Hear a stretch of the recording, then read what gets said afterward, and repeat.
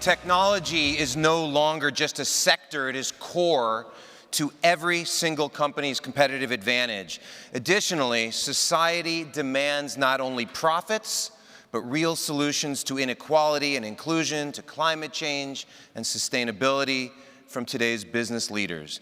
To share key questions every CEO should be asking as they look to build a 21st century company, please welcome Chairman of the McKinsey Global Institute and Senior Partner at McKinsey & Company, James Manyika.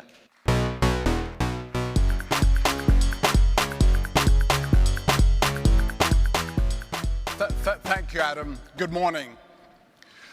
The 21st century represents an unprecedented opportunity. If we think about what it represents for companies, extraordinary market opportunities at a time when scientific breakthroughs and technologies promise so much, and we're looking forward to a future of longer lives, healthier lives, and abundance. This much has been very true for quite a while. If we think about, for example, what's happened since the turn of the century, we've seen the power of technology that has transformed how we think about our economies and business opportunities. We've also seen rising prosperity everywhere. It's quite extraordinary that 1 billion people have come out of poverty in a period of about 25 years. And we can now expect and look forward to half the world's population now being in the consuming class. That's actually extraordinary. And all of this seems largely accessible, ever more so than it ever was.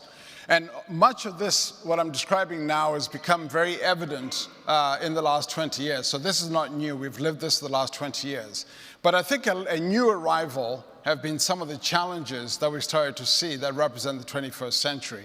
Most of these challenges are the results of very much of the same forces that actually create opportunities. Think about the power of technology and the concerns we now have, whether it's about use or misuse, the issues of ethics of technology and business models is become a big question. We have the so-called superstar effects that we see at the level of companies, sectors, and cities. I think it's quite extraordinary that if you think about the fact that something like the top 10% of firms in economic performance now capture as much as 80% of the profit pools available. That's quite extraordinary. You see the same thing when you look at the most superstar cities in the world. In addition to that, we now have these global local imperatives and questions of accountability, whether they have to do with tax issues, data residency issues. We now are having to grapple with the geography of all of this, local and global. And if this wasn't enough, there's a few big ones. Inequality and the evolving social contract that we're now paying enormous attention to because it's fundamentally important.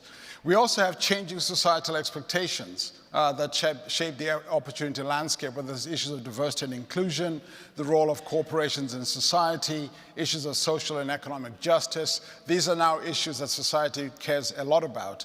Then, of course, sustainability and climate change, which is the big looming questions that touches almost every single company in every part of the economy. And I think more recently, we now have these complexities of a multipolar world.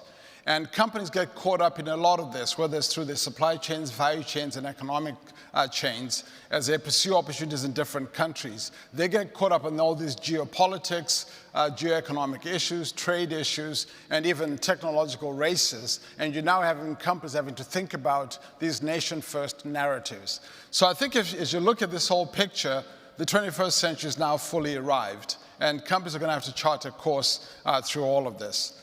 I think all of this is already in the headlines. You only have to look at headlines around the world that are already highlighting these issues.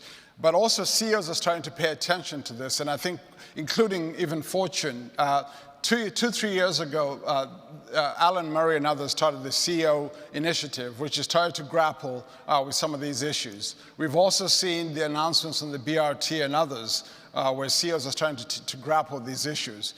But the thing that I want to emphasize this morning is that this all boils down to about 10 core questions that we think no company and CEO can duck anymore. In fact, as some CEOs have told us, is that you can't duck any of these questions because either your employees will ask about them, your customers will vote to their feet, the regulators won't be far behind, your investors may even start to pay attention to these issues, and society will let you know. So what are these questions? Let me take through them. We're not going to have time to discuss all of them.